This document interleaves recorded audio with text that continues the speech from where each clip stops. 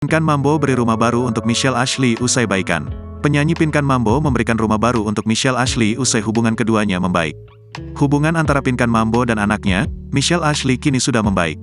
Sebelumnya, hubungan keduanya sempat merenggang.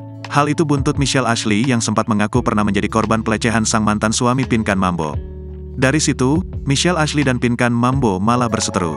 Namun, kini hubungan antara Pinkan Mambo dan Michelle Ashley sudah membaik lagi. Pinkan pun hingga memberikan rumah baru untuk sang anak. Dikutip dari YouTube Intense Investigasi, Rabu, tanggal 7 Februari tahun 2024, Pinkan Mambo mengatakan bahwa rumah tersebut memang untuk Michelle Ashley karena sang anak yang belum ingin tinggal bersamanya lagi. Kamar ini nanti bakalan jadi punyanya Michelle, kan Michelle belum siap tinggal sama aku.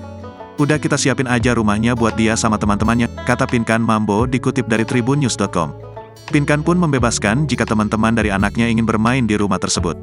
Yang terpenting, Pinkan meminta Michelle untuk tak mengajak seorang cowok ke dalam rumah itu. Mau main gak apa-apa, yang penting jangan bawa cowok sampai malam atau apa. Jadi temannya atau apalah, mami percaya aja, daripada kalau dia di Jakarta udah sama temannya, udah